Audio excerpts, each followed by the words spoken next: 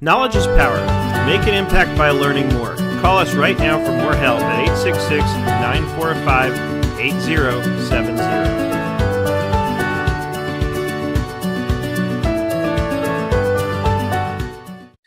You know what, Gina, thank you for reminding me in the chat. We are not streaming on Facebook because we just started talking and I completely got sidetracked with not only recording it, but going live on Facebook. So let's do that right now. I wasn't even recording any of that, which is unfortunate. Oh, no, not what I want. You mean my scroll didn't make it on then? Nothing made it on. Not even the compliments about the podcast or the discussion about the podcast. I actually really wish I had caught all that, but oh well. It is what it is. All right, going live on Facebook. Well, you have the full recording, though. No, I wasn't recording either. Ah. I hadn't hit the record. Usually it auto records. For some reason, this didn't. And that's a setting when you're setting it up in Zoom. I guess I don't know. Usually I thought I had them all set to automatically record, or start as soon as I start the Zoom. All right. Anyway, let me focus so I can do this. Talk amongst yourselves for a minute. Sarah, how was the Countex? Unmute, dear. Exhausting. I like the TBX banner in the background. Nicely done. Nicely placed. Yeah, I'm sort of trying to get the hang of this brand recognition thing. So. Matt, do you know with the green screen behind you, you could put just about any kind of thing up you want? Yeah, he had one before. I thought it was, so my goal was to basically put that squirrel up real quick to explain why I was gone. I was chasing a squirrel last week, so there's a lot of fun things you could do. Like, actually, I wanted to ask you, is Gina, your background, is it a green screen? No. Okay. At one point, like, there's a certain depth to you on the screen itself that it made it look like the backdrop could have been a green screen. I'm like, that's a really creative green screen. No, it is actually my office. It's where I work every day. When I do the green screen, it comes out fuzzier. It does this weird stuff around the top of my head, and I haven't been able to figure it out. It must be a high def, or maybe the power of my streaming. I would assume it's the internet. I don't know. Well, like, my video right now is definitely fuzzier than it was. Yeah. And I'm sure it has to do with the color for some reason. But you can, with Zoom, you can even do it different colors. As long as you have a constant color, that's the most important thing. Mm-hmm. And Zoom has some preloaded templates that you could put up. True. But see, with my setup, if I'm sitting at my desk, I bought a green screen that hooks to the back of my chair, and that it looks like big wings, you know. But oh yeah, look at that. And anyway, it's just been real awkward. So I'm like, man. But see, when we were doing the Google Hangouts, we were able to design our lower thirds. And that was really cool because we figured out, remember, was it on Gina's or maybe it was Seth's? We figured out how to do like clear background and then our logo and our title and everything. And yeah, we're doing them on both. Everybody was doing them actually on Google Hangouts because they did make it easy. There are like apps you can get, but the question is how to get it in like a Zoom. How do you get it in the Zoom? So yeah, I was never successful with that. Seth, I went on a Facebook Live the other day, and I noticed we never do this. I don't know if you know how to do it, but it's really cool. So when you're on a Facebook Live, and maybe it's because we're on a Zoom versus we're on a Facebook Live, there's a way to grab a comment that someone's saying and push it out where it becomes like a blown up comment on the bottom of the stream. Like, kind of like, you know, when you're watching the news report and it says, that's cool. News report, yeah. And so it pops it out as if it's like a little extra message, and it turns it in like red with black print. So let's say I said something like, yeah, you know, Mike's a rock star.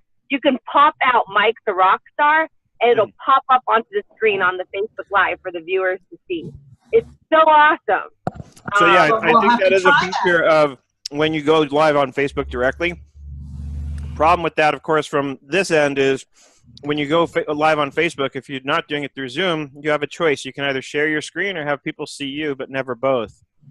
So that's why I would always just prefer to use Zoom to go live on Facebook so that we can do screen sharing and the things that we do. But, of course, context is everything. So if the nature of what you're going live on Facebook for is such that you can stick with one the entire time, then, yeah, that definitely sounds like a really cool feature. Have you ever seen it? It's really cool. Never seen it. The crazy thing is, as much as, I spend so much time producing content that I very rarely have time to be on the other side of it. So I don't get to participate in a lot of Facebook Lives and see it from the user's end. I should probably make time to do more of that, but I just don't. And especially now with the podcast being launched that we got to talk about before we went live and record. By the way, we're live. Happy Friday. Good morning. It's September 7th, 2018. So to all appearances, we got a late start. We actually didn't. We just didn't start going live until late. Anyway, so unfortunately, we did lose a good chunk of some pretty good conversation that would have been very helpful to me as far as the podcast goes. But Gene Marks went live this week. We've interviewed Doug Sleater, Clayton Oates, Mike Milan, John Ferrara, and I feel like I'm missing more than a couple of people. So I'm just going to go look at the list of people that we've interviewed so far because it's been a lot of fun. And, like Mariette, I was, thank you for the comments yesterday about, because I know that you knew that I really wanted to have Gene Marks on here, and it was an honor to have him. I was surprised that, how I thought for sure when I reached out and asked, I was just reaching out and asking, and that I'd probably get some version of, he's busy or whatever. He almost immediately responded and said, I'd love to, which was really nice. And he did, well, if you listen to the interview, then he said he does remember meeting me at the Sleater conference, and he throughout the interview he compliments my brand quite a bit. So it was just a real honor to have him on the podcast and to have him say the things that he said. So yeah, we did Mike Milan. We talked with Clayton, Doug, John Ferrara, Jay Bear. I knew I was forgetting somebody very important. Jay Bear. If you haven't listened to that podcast, you got to listen to that one. He is a guy who he's really sort of like up there with Gary Vaynerchuk. He's a guy who does content strategies with Fortune 500 companies. So a little different than what Gary Vaynerchuk does, but on the same playing field, so to speak, in terms of the size of the companies that he works with. And there's a lot of crossover between what they do. And he's just a great guy. He's really funny. And he's actually pretty well known in the accounting world because I think he's good friends with Darren Root. That's how I originally sort of learned about Jay Bear, was through Darren. And because Darren over the years has told me, he says, you're like Jay Bear for the accounting world or whatever. And, so anyway, Jay Bear and I have been friendly over the internet and over social media for years. And he also has a really interesting story. I'll mention a couple of things that came out of his that you'll find hilarious. So he actually owned the domain Budweiser.com. And you'll never believe what he sold it to Anheuser-Busch for. Anybody want to take a guess? $25. What? Has to be in the millions. You actually kind of the opposite. They got 50 cases of beer for it. This was before the big .com boom, before anybody knew what was going to happen with all. Why did he have the domain name in the first place? Because some people were smart and they started realizing that if I scoop up domain names for well-known brands, somebody's going to be willing to pay me for it. Okay, but he was so early in the game. He gave it away. He was so early in the game that even by the time they sold it, they didn't know how valuable it was going to be. This was before like AOL. This is when the internet was brand spanking new. So he had enough sense to get it. But he had enough sense to get it. And at the time he thought, cool, 50 cases of beer sounds like a great deal. They probably paid nothing for the domain, and little did he know they could have probably gotten millions for it. So he talks about that a little bit in the podcast. It's kind of funny. He worked in the prison system for a minute, which was also interesting. And before he got into marketing, he actually was a consultant for political candidates. And it's interesting because he talks about how that is marketing. It's just a very specialized kind of marketing when you're trying to help a candidate win an election. So really, really interesting background on Jay. So far I've been really happy. And then with the guests that we've had and what's come out. And then next week we have a guy by the name of Stephen Kuhn, who actually was introduced to me by Mike Milan. I asked Mike, I said, and I've asked all the guests, hey, if you have any recommendations for people we can have on the show, please send them my way. And Mike said, oh, you got to talk to Stephen. He's got quite a story. And so he actually has seen combat. He has fought for our country and experienced PTSD.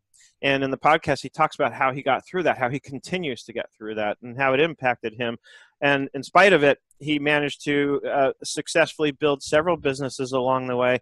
And now he actually also consults with political candidates, like big-time political candidates, and not here, but in Europe. He actually he just bought a home in Budapest. So when we did the recording with him, it was like really early. No, it was really late at night for him.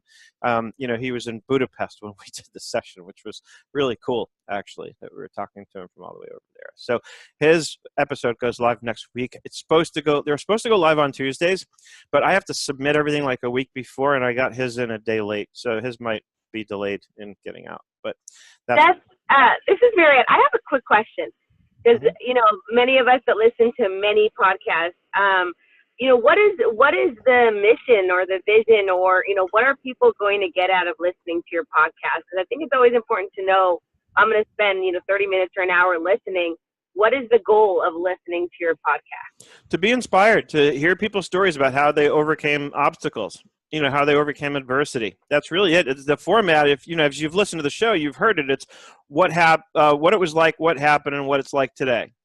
And what that means is we want to talk about, what things were like for you as a kid growing up. What were your interests? How did that play into what you ended up doing for a career?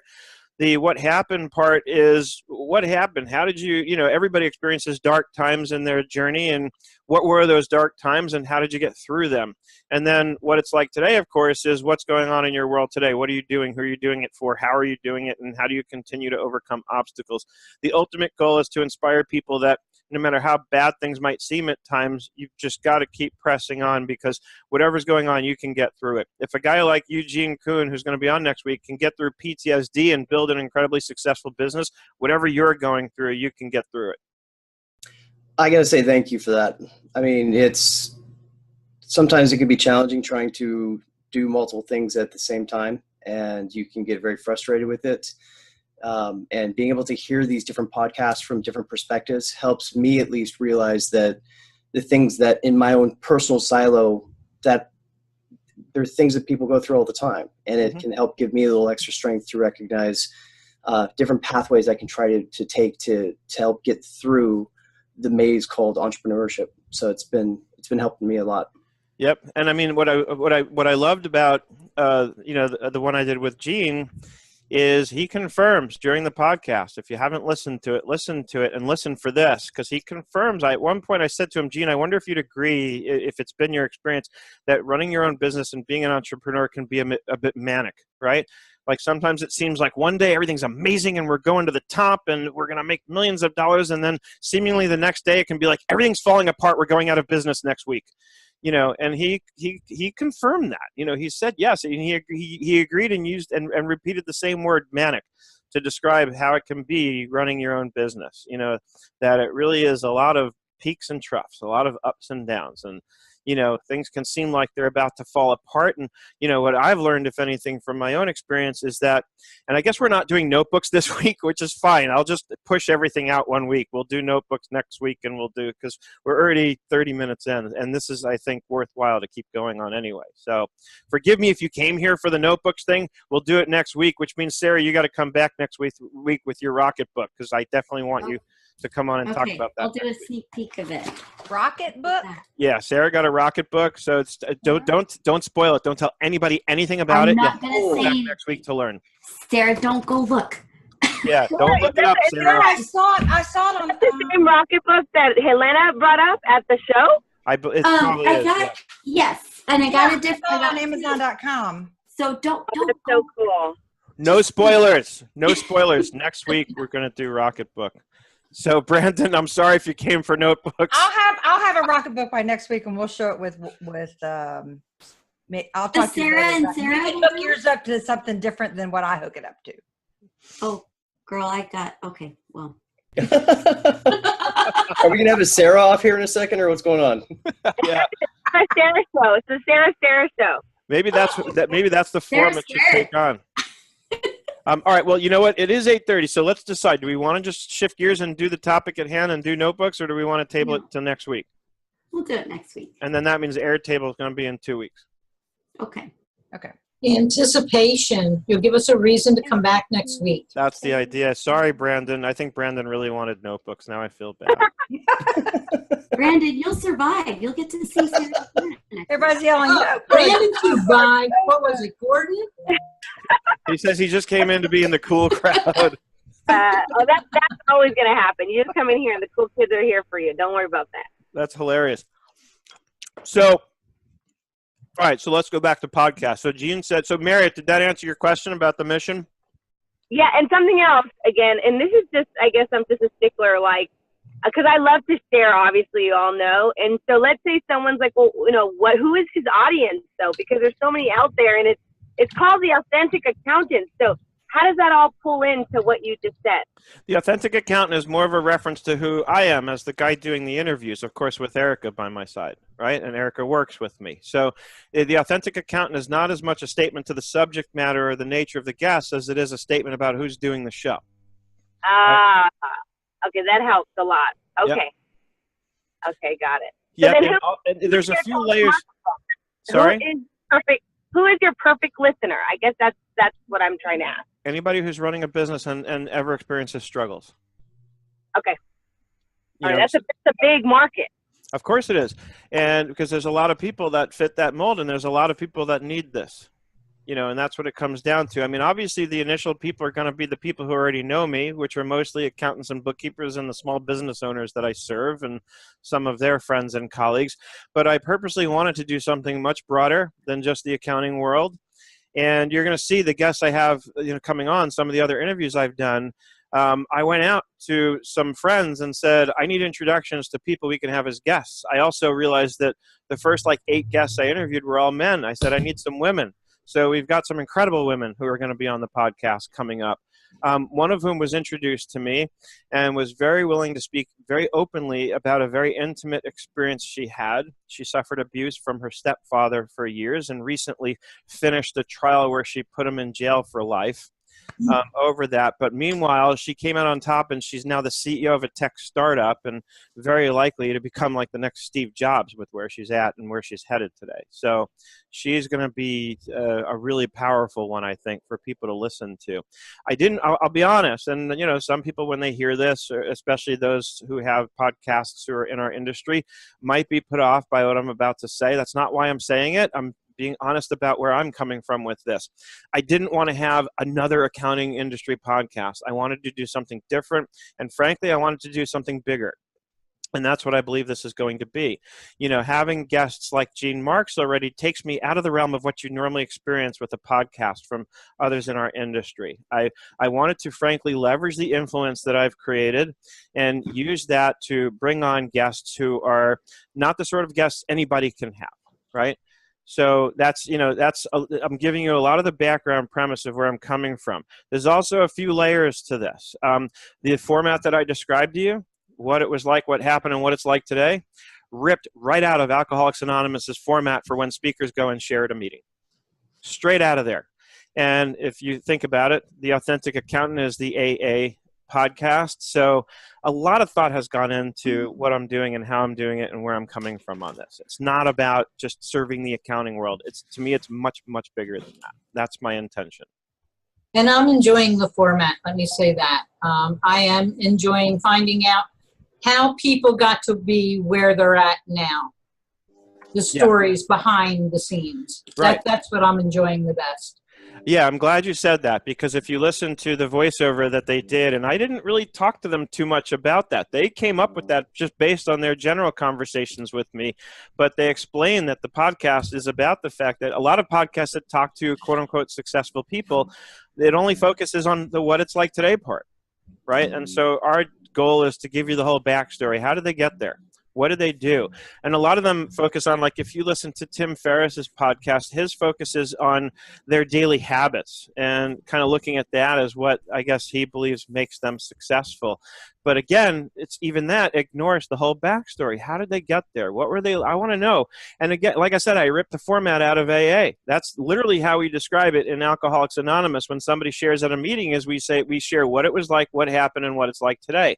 So that's not by accident. You know, it was all very well planned and thought through. And and so that's the idea, is to get the whole story out of them and get them to share. And I'm finding that the guests really like it, because they're getting to tell a part of their story they're not often asked to tell. And so every one of them comes back to me, at some point, either during or after the interview, and tells me they really enjoyed it, And then once a month, Erica and I are doing an episode that we're calling, it's like a series called Steps on the Road to Authenticity. And we've already done step 1. Step 2 has been recorded. It goes live by the end of this month. So once a month, we're going to do one of those, and it's no guest. It's just Erica and I talking, and a lot of it will be referencing stuff that we got out of the podcast that we have gone live with, right? And talking about some of the things we've learned and applying that to the whole concept of being authentic, being true to yourself, being true to who you are, not trying to pretend to be somebody you're not, and how to live life on those kinds of terms. And so, like I said, to me, this is not really an accounting podcast. It's much, much bigger than that. The title, The Authentic Accountant, is just a reference to who we are. Seth, have you noticed that in a lot of corporate marketing, it seems like they're really trying to play off of authenticity in a very bad way. In a very inauthentic way. Isn't that ironic? Yeah. Yeah. Like Wells Fargo's, reinvesting in you, that kind of a thing. Yeah. How do we combat against that? Because when you do have people that are being authentic about it and sincere, it's not fair that can possibly get somewhat muddied or lost. I mean, it will still shine through, of course, but how do we call that out? That's an interesting question. And by the way, for anybody just tuning in, because a few people have joined, we are not doing the notebook subject this week. We'll do that next week. We kind of got off on a different subject, and I felt it was worthwhile to stick with it. So we will, next week's episode will be the notebooks, and the following week I'll update it in the calendar as soon as we're done today. It's interesting, Matthew, that you asked that, because if you listen to the Step 1 episode that Erica and I did, it talks about powerlessness, and it talks about the fact that I'm powerless over what anybody else does, right? I have no control over what Nike does. I have no control over what Wells Fargo does. The only thing I control is me, right? And how I react to things and what I do. And that opens up a lot of doors for me once I get that perspective on things, because when I have that perspective clear and up front in my mind, then it becomes very clear and easy for me to figure out what I can do. And most importantly, the most significant thing I can do is lead by example, set my own example of what I think it means to be authentic, and just be sincere and be brutally honest about who I am, and let people know where they stand with me, and don't BS people, and don't try and, again, Wells Fargo is clearly trying to overcome the obstacle that they created for themselves when they started opening up fake bank accounts for people, right? And like Greg says in the chat, keeping it real. And that's exactly what it is. I mean, unfortunately, that phrase is a little overused, so it gets lost on people when you say it that way. But that is the message, keep it real, but don't just think of that as some expression we say because it sounds like the right thing to say. Actually live life on those kinds of terms, And I want to say being authentic really does shine through, as opposed to the Wells Fargo promoting hype. Mm-hmm. We've all been so hyped at that we're real sensitive to that. So someone that really authentically comes along and speaks from their heart, you actually do get attracted to that more, I think. My opinion, I do. Yeah, and I think people know when they're having, smoke blown up where by a big corporation, and when they're dealing with somebody who's real. I honestly think that's why so many people love Gary Vaynerchuk, because he's raw. He doesn't pull any punches, and he just tells it like it is, and he tells you what he thinks, And, some people don't like the fact that he curses a lot. That doesn't bother me that much. When I'm talking publicly, I try and avoid that. But, in our more intimate groups, it bothers me. Yeah. No, I know it bothers a lot of people. But, when I'm talking in our 97 and up group, I sort of let I let a little bit looser on that kind of stuff. Yeah, I mean, every once in a while that doesn't bother me. It's just the constant. Yeah. And he talks about that. There were points where PR people were telling him to tone it down, and he considered it. And then ultimately he says, it's not who I am. It's not who I am to sit there and censor myself that way. And so he wasn't going to do it. And either people were going to accept it and that's who he is and how he talks, or they weren't, and that I definitely respect. Right? Again, at some point, are you going to be, you're going to be faced with decisions, especially if you build a brand and start increasing in popularity. You're going to be faced with decisions where are you going to, sort of, I hate the phrase sell out, but, are you going to give in and do things because, and look, I'll be very honest, perfect example, when it came to the podcast itself and, over the years, Intuit has, for lack of a better way to put it, they've sort of put up with me, right? Because I have my picture of me with my dogs, but that doesn't really present the right corporate image for a big company like Intuit when they're doing QuickBooks Connect. So they haven't said it to me, but it's pretty clear to me that that's the deal. They haven't wanted to use the picture of me with my dogs for QuickBooks Connect. So they've always, and I never had professional headshots done. Not that I was against it, but it just, again, it wasn't me.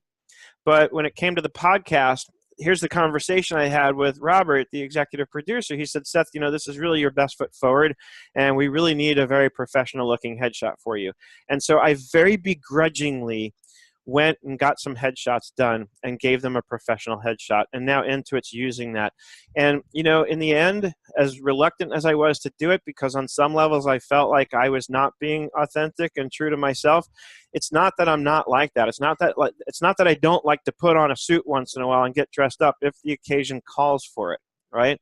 It's just not something you're normally used to seeing me do. But it's not, what's the word I'm looking for? Antithetic, maybe? Or it doesn't go against who I am at the core, I don't think.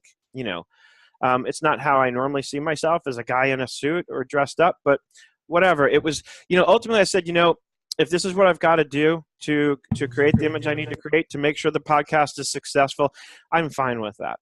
Now, if somebody told me, hey, go endorse this product, even though you hate it, that I would definitely draw the line there, right? If I had a sponsor come to me with a product that I don't like, and even if they were going to offer me $100,000 as a sponsorship, I would say no. I would honestly say no, because that's where I would absolutely draw the line, because that's when it starts to get truly inauthentic. When you start just, when you'll take anybody who will give you money just to have the money, you never want to live like that. As desperate as we might get at times to get more money and to get ahead or whatever it might be, there's a right way and a wrong way. And I know I've talked to people, I've been friends and even partners with people over the years whose thinking is different, whose thinking is, I got to take care of my family, I'm just going to take whatever I can get. And I'm like, no, I don't, to me that's insecure, right? If I'm truly secure in my abilities to do what I'm capable of doing, I don't have to give in to that kind of thing. I don't have to just take money from whoever's going to give me money. I can stay true to what I believe in as a person, as an individual, and certainly as a professional. To me, that's what authenticity is about. It's about understanding who I really am as a person, which is what the podcast is really all about, right? All these guests that we've had so far are speaking to a clear message and a journey in which they found out who they truly are. Eugene Kuhn, who's going to be next week, talks about that specifically. That's what it was really about for him, is finding out who he really was and living a life around being that person and never giving up on that. I guess Mariette left. She's the one with all the questions. Now what? Yeah, she's the one that got us squirreled. We love her, though. Of course we do. She comes in, boom, boom, boom, boom, boom, and then Exactly. I gotta go.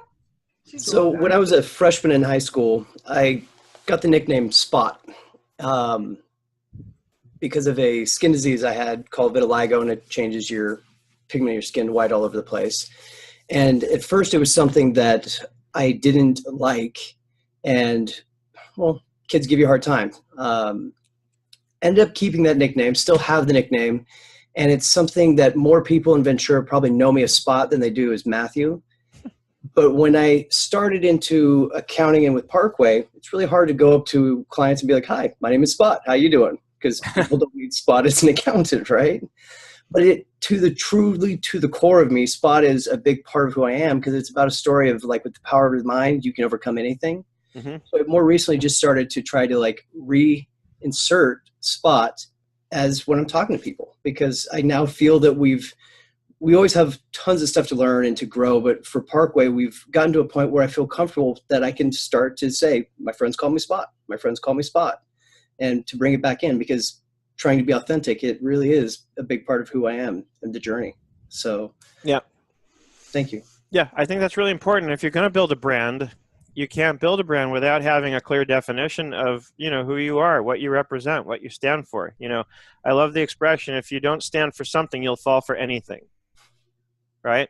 One of my favorite expressions along the lines of this topic. You have to stand for something. You have to know what you believe in. You have to know where your line is. Brandon in the chat says spot on. So, Matt, I want to say thank you for sharing that. I do believe in what you're saying. Once you take something that may seem like it's a detriment and you own it, and then you are more powerful once you own that and take that and say, hey, that's who I am. You rise yourself above it and you become more. I didn't realize that's what was happening when I was younger, but I'm so grateful for that nickname because of that. It gave me that opportunity to experience it, and I hope I can use it throughout other aspects of life. But yeah, it helped. It really did. Thank you for that too.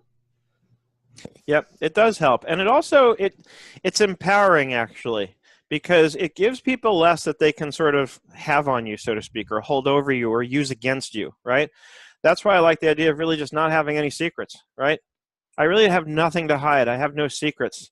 And, that takes power away from people. People can't threaten to expose something about me because it's already all been exposed. It's like, go ahead. You're not going to be able to say anything about me that people don't all already know, right? What are you going to do? Oh, Seth inhaled? You bet I inhaled. I inhaled a lot for many years, right?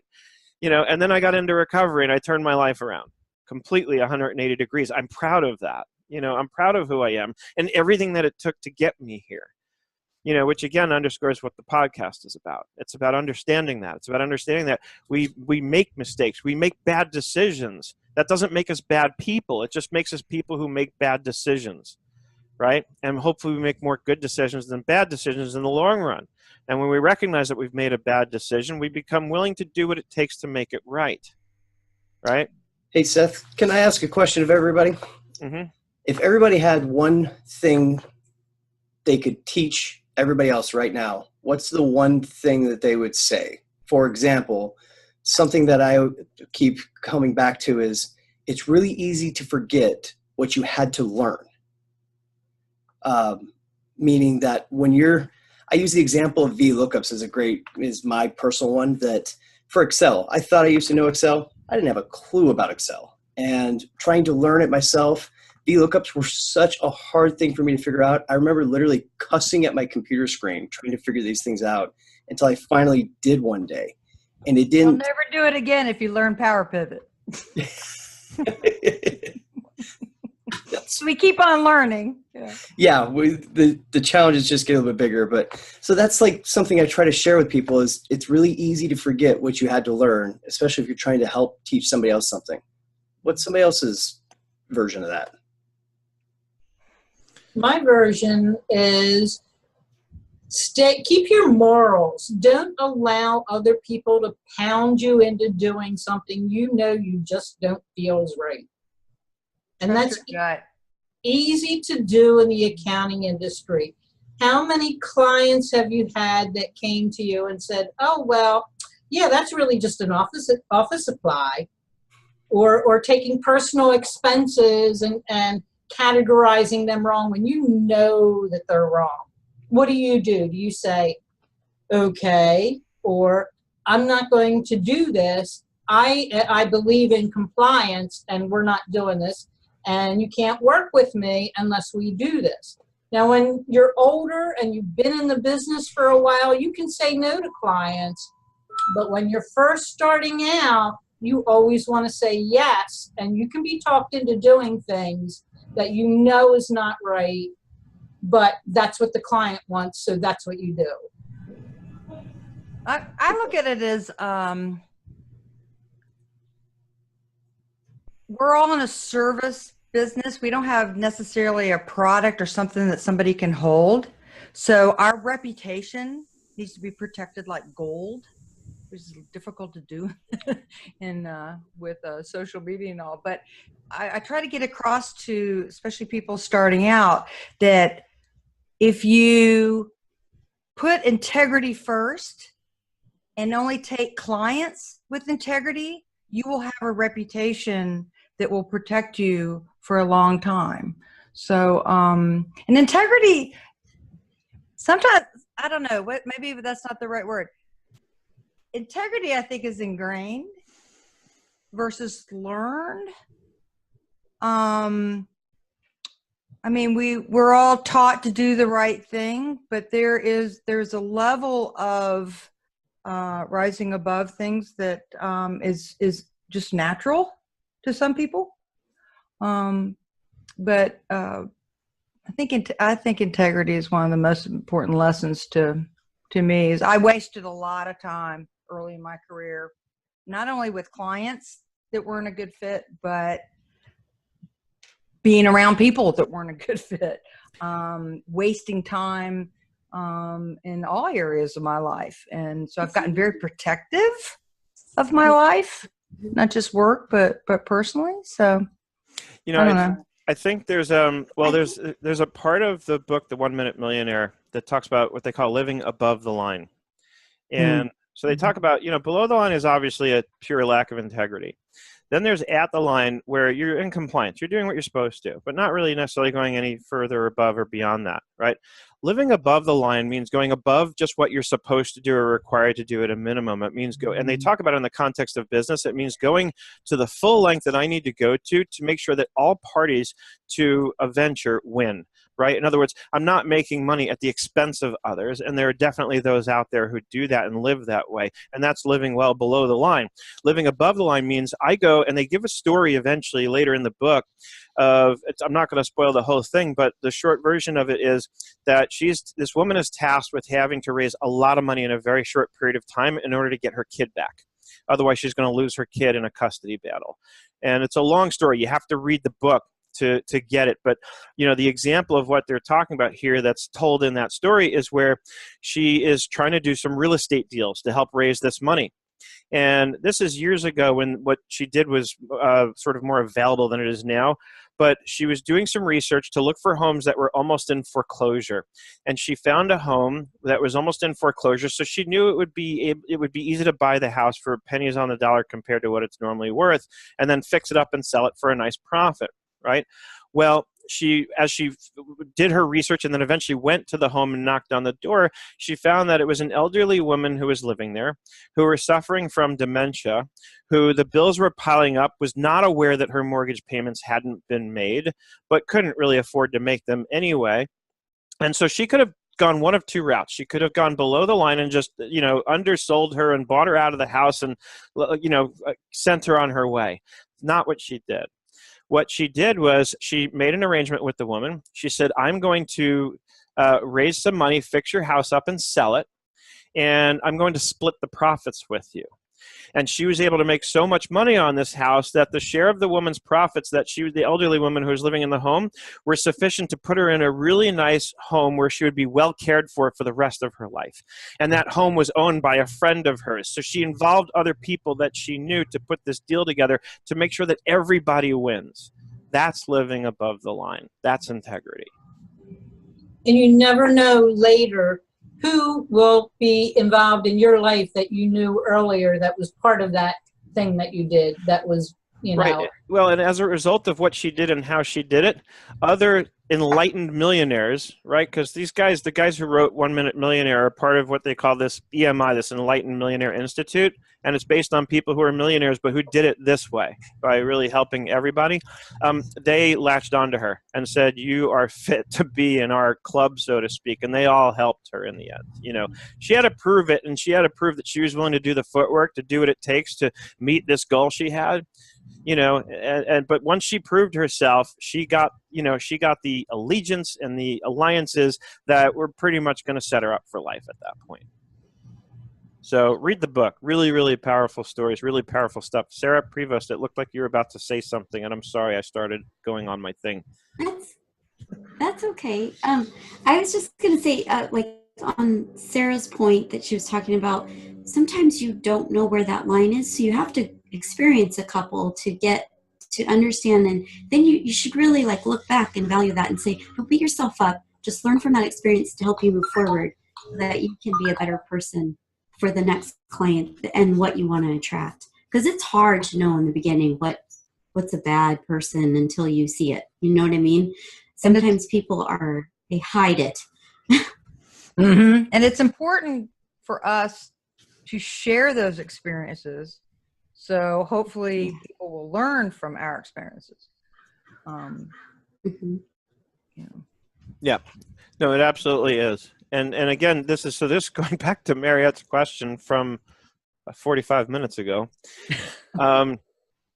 This is what the Authentic Accountant podcast is sort of meant to be about, right? It's meant to be about, not just bringing out these people's journeys and giving the full backstory, which I think is important and valuable in and of itself, but understanding, I've chosen these guests because they're people that I believe to be people who do live above the line, who are about helping people. I mean, when you listen to John Ferrara, that's all he talks about is educating and inspiring others. That's like his whole core message, right? That's all he wants to do, is he wants to educate and inspire.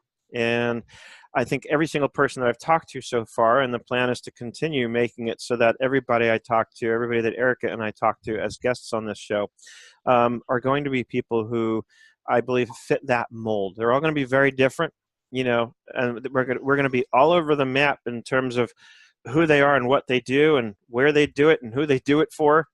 But there's going to be that one constant theme through and through, which is that they're going to be people who I believe have a very high degree of integrity in how they do things. People who would never sort of sell themselves short just for some short-term gain, because that's where people try to poke a hole in our integrity, Sarah. Is you can have integrity and somebody will eventually come to you and try and what's the word I'm looking for? They'll Test? try and what? Test? Not even test. They'll try and God, I can't believe I can't think of the word. It's like you have good influences and bad tempt. They'll try and tempt you by holding some kind of carrot in front of you, right? They'll say, hey, I'll give you $100,000 if you do this thing that goes totally against everything you believe in, right? Hard to turn down that kind of money, right? Especially if you're in a position where you really need it, whatever reason that might be, right? But the question is, will you give in to that temptation? That's the key. Temptation is sort of the root of the evil, right? That's because we think we have integrity until somebody presents us with something like that, right? Remember the movie Indecent Proposal? Right? Robert Redford, Demi Moore offers them $1 million for a night with her, right? Hard to turn that down. They desperately needed the money, and they compromised their own morals in exchange for it, and it ruined them. That's the thing. You think that whatever you're being offered that's tempting is going to get you through or help you. You don't realize that while getting a large sum of money all at once is tempting, but when it causes you to go against your own morals in order to get it, it ruins you from the very core of the fabric of your being, which is why it's not worth it for any amount of money. I just don't care. When I was a kid, my dad used to always give me a hard time telling me, stop looking for angles, stop looking for angles. You're always looking for angles, stop looking for angles. And it took quite a few years for me to finally realize, until I told him, I said, Dad, what's wrong with finding an easier, more efficient way to get the same job done so long as it's honest and ethical by my own standards? I said, isn't that what being an entrepreneur is? It's the last time he ever told me to stop looking for angles, that's for sure. Yep. And let's be clear, there are times when getting something done more efficiently is fine. It's just you have to always consider at what cost are you trying to do it, right? And I know I've seen and learned over and over again that taking shortcuts is not the way, right? Taking shortcuts usually means I'm building something on a faulty foundation, which means that eventually it's going to come crumbling down, right? The shortcuts don't work. You know, it's a short-term fix. It's a hit off a crack pipe, right? It's going to get me high for a few minutes and then I'm going to crash. It's not a long-term solution. It's not any kind of solution at all in the long run. That's what shortcuts are, whether you're talking about in business or any other sort of aspect of life.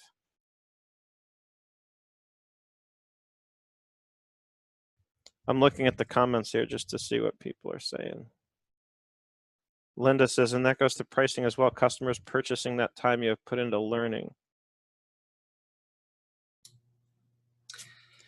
One of the things that I was talking about with my business partner recently is like, back to the days of being like a simple bookkeeper and not understanding the liability that comes along with like sales tax and some payroll tax liabilities and all of these different things that over time you gain this extra knowledge, which helps you realize that you could be doing something the wrong way and what it actually means.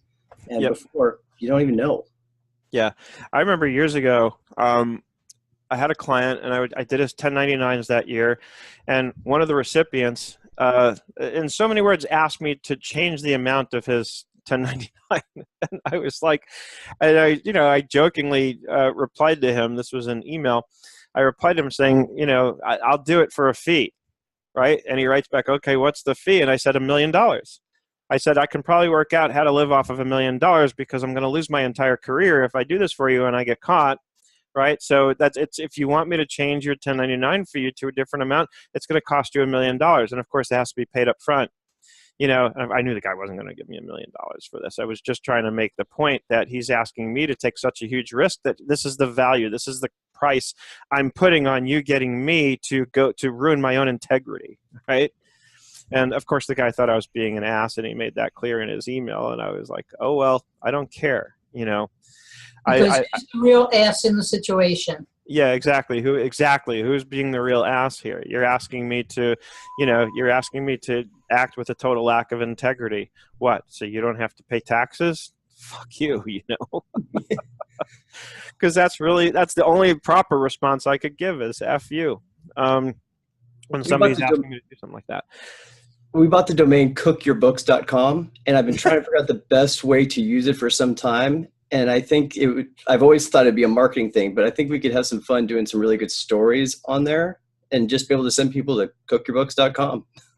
Just do a video. I love it. I love that idea, Matt. I bet you in this group we'd be able to tell you some fun stories. For sure. We always, around Halloween time, which is coming up, we usually do an episode where we call it Scary Bookkeeping Stories, right? So we can do something like that here. Or just take it very literally, Matthew. Just do a video of yourself with like a pot of boiling water and a copy of the book, How to Win Friends and Influence People. So the marketing ploy I wanted to do was to have like literally kind of, I want to have Martha Stewart in the front and have it be a marketing thing where she's going through and she's doing this very elegant recipe and she's talking, accounting terms here and there. And it's, now let your book simmer for a good 30 minutes. And all of a sudden, time to do a taste test. And you have this IRS agent come walking in real quick, boom, boom, boom, looks at it, goes, something along those means just to play off of it. I just have to have the right product to do it with because it would just be, you could have some fun with that. Some really Who else buys domain names just for... I bought some. Hector and I were talking about this. We tend to, I'll get an idea and I'll go, and then I buy the domain name just in case I need it, if I ever follow through with this idea. And then they come to on renewal and you go, oh my gosh, look at all these names. Yeah, that's what I'm trying to remember not to do that anymore. So I keep them. You never know. I owned, it was karmaconscious.com. And somebody came and bought it from me. I wasn't using it. Really? I thought it would be a cool domain to use to do something maybe sort of spiritual in nature on a website. And somebody came through and said, I have this project. And I asked her, I want to know what it was going to be used for. Again, living above the line. I wasn't just going to give it to her because she's willing to pay me for it. I wanted to make sure it was going to be put to good use. And I forget what it was. This was many years ago. But it sounded like a cool project. And it was a fitting domain for it. And so I said, yeah, What do you want to pay for it? And I was, I'm sure I sold myself short and probably gave it away for a lot less than I should have. But I basically just said, look, the way I look at this, I had owned the domain for a few years. I had paid for the renewals. This is what it amounted to. And I padded that just a little bit. And I think I sold it to her for like $400 or something like that. I'm sure I could have asked for more. I got criticized about that. I got criticized about that this week by somebody, saying that I agreed to do a project for a client for a lot less than I should have. And my take on it was a client who I've actually had for a long time, but he dropped the ball and came back, wants us to reconstruct his 2017 books, obviously needs us to do it quickly. But it's real simple business. It's like just so easy, just deposits all come in and get booked to income. There's no invoicing, there's no tracking needed beyond that. He makes his money online and he doesn't care. He just knows that the deposits are all sales. If there's something that's not a sale, he'll tell me, hey, this is a contribution, but that very rarely, if ever, happens with him. And he's got a credit card where everything is going to be, memorized mostly in the bank feeds. So it's going to be nothing with nothing to reconstruct the books. So I ultimately agreed to do it for him for $1,000, which is 1/6 of what I normally charge to reconstruct an entire year. Usually my standard is I charge $500 for each month, but that's for like a normal business that has stuff going on. This is so drop dead simple. And, I got into, I don't know, I guess you could say a bit of a heated discussion with a colleague about it, who said, oh, but there's a reason it's easy for you to do. And I'm just like, no, you know what?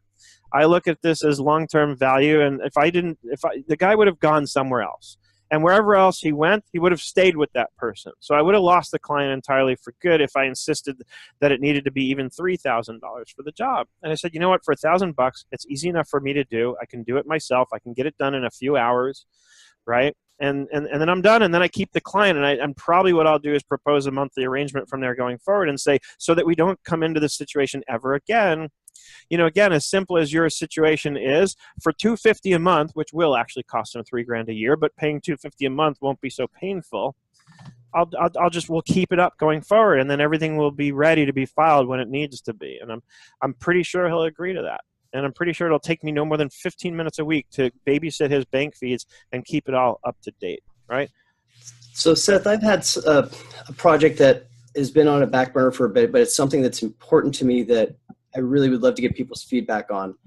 I live in Ventura. We, back last December, had the Thomas Fire come through town, and it was a very interesting experience, to say the least. It made me realize that there's a lot of natural disasters that happen all around the U.S., and there's a lot of small business owners that will be affected by it.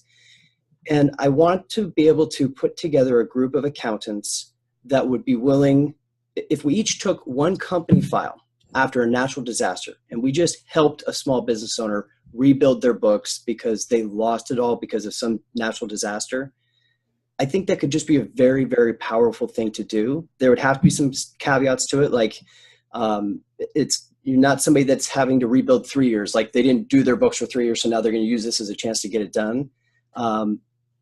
But getting a group of accountants that would be willing to take one company file, try to rebuild it. You'd have to build some standards into it, and there'd have to be the biggest rule would be no add-ons.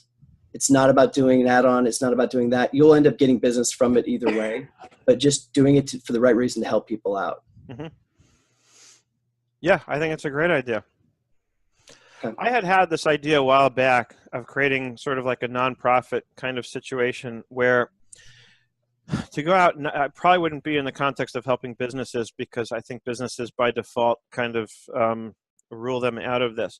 But the idea was to go out and help people who are, let's say, homeless or just getting off the streets, who don't have the means to even learn how to manage their own finances. And what I was thinking of doing is creating almost like a nonprofit where people would make donations, and those donations would be used to pay the fees for accountants to go help those people and help them get on their feet financially while whatever shelter, wherever they're in, while those people are helping them actually help try and find a job, and really, like people who are really trying, not people who are looking for handouts, but people who are really trying to raise money to pay for accountants to help them get back on their feet financially. And obviously the accountants themselves would probably be doing it for pennies on the dollar compared to what they normally get paid, but just a way to get help out there for people who can really use it. It's something I years ago had thought of that I wanted to try and do, and just haven't yet gotten around to, putting it together. I would help with that. Yeah, I think it would be a really great way to, to help people. Anyway, on that note, I think we are just about out of time. Let me run through the comments here real quick. Let's see. Larry said, Sarah, you have a halo. I think that was about you, Sarah Laidlaw. Maybe because the way the light's shining on your hair. I don't know. That might have been in reference to something we were talking about. Mahid says, hello, all of you. Nice to see you. Nice to see you, Mahid. I think I'm pronouncing that correctly. I hope so. Gina wrote, Seth rocks. Thank you. Did we lose Gina? Is she gone? No, there you are. Sorry, I had your part of my screen blocked by Slack. Brandon was looking for the Zoom link. I don't know if there's something. Diane Muller apparently voted for the notebook. Sorry, Diane, you got outvoted on this one, but I promise you next week we'll stay on topic.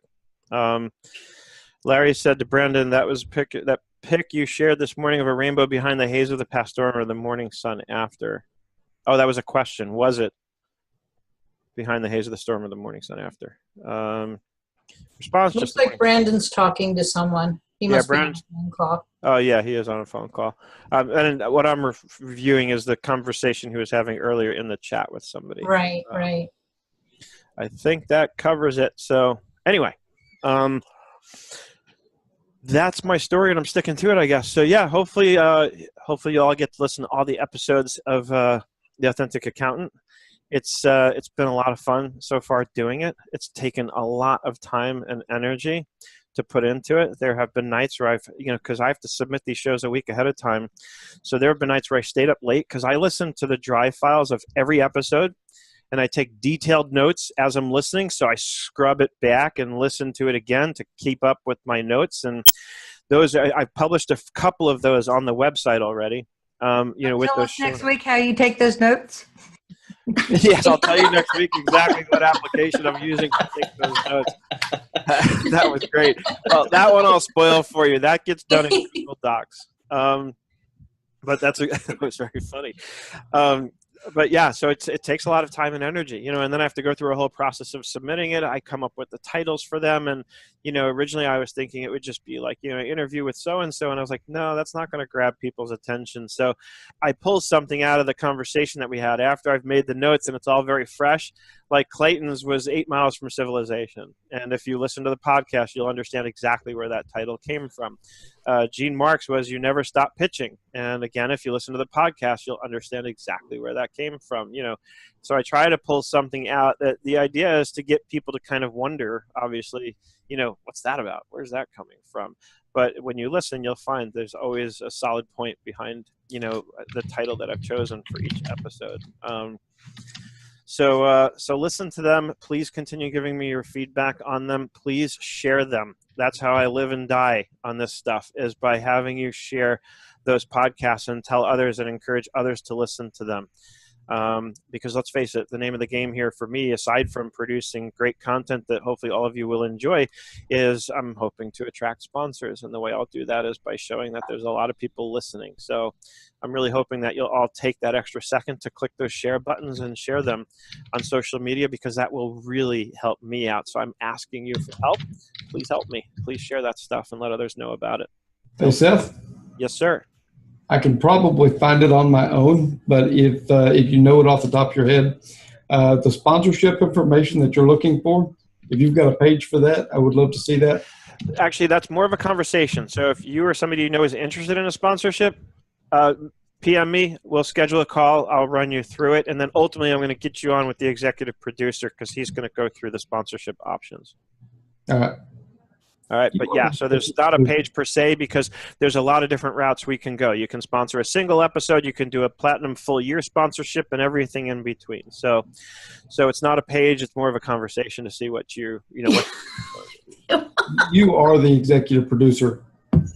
I'm not. I'm just the talent. If you don't like my product, can I pay you $100,001 for you to still promote it? $100,001.50. Okay. I need that extra 50 cents. But yeah, so it's just PM me, and I would be more than happy to talk to you. And Robert is the executive producer. I'm just the talent. I just show up with the guests and talk for an hour. And I love that my life has gotten to this place actually, where I can honestly say I have an executive producer. It makes me feel so special. I love that. Be sure to tell Erica we think she's doing a great job too. I will, and I tell her all the time. I am so grateful for her.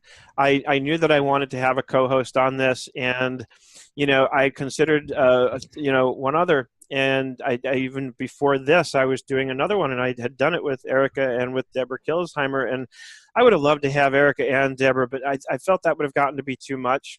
And in the end, when it came down to choosing one, which I hated to do, Erica works with me. She's employed by my company. Mm-hmm. So it just sort of made sense at that point. I love Deborah. I hope she wasn't too hurt by, what I did and sort of opting for Erica instead of her. But, it is what it is. I did what I felt was right and what I felt was best at the time. So, and I'm grateful. I love Erica, and I knew it would be just great energy, to have her with me on these shows to bounce things off of, and she has her own take, and that's what I love, and I encourage that. Everybody's got a story, and everybody's got a perspective, and like it says in that phrase, read Desiderata if you haven't in years, read it again because it speaks perfectly of what I'm talking about. Everybody's got their story, and everybody deserves to have a chance for somebody to hear their story. And I love Erica's take on things, so I'm really glad that I have her with me on this. And on that note, I'm going to end the show. And again, I promise next week we'll talk about notebooks and note-taking apps. And next weekend. And we'll see you all later on Gina's on Gina's broadcast, which we go not live, but we join together at 2 and then start at 2:30. Right. Talk about what we're going to record. We record for a half hour, then turn off the recording, and then we let loose. Got it. All right. So SBAA, Small Business Accounting Advisors on Facebook. Search for it, join it, and join the I was going to say join the podcast. Join the conversation. Join the conversation. There we go. All right. That's where all the other cool kids are. Yeah. Yeah. The afternoon cool kids. Those are the afternoon cool kids, exactly. We're not chomping at the bit for more coffee. Right. Yeah, I gotta go get mine too. All right. Bye. Bye, everyone. See ya.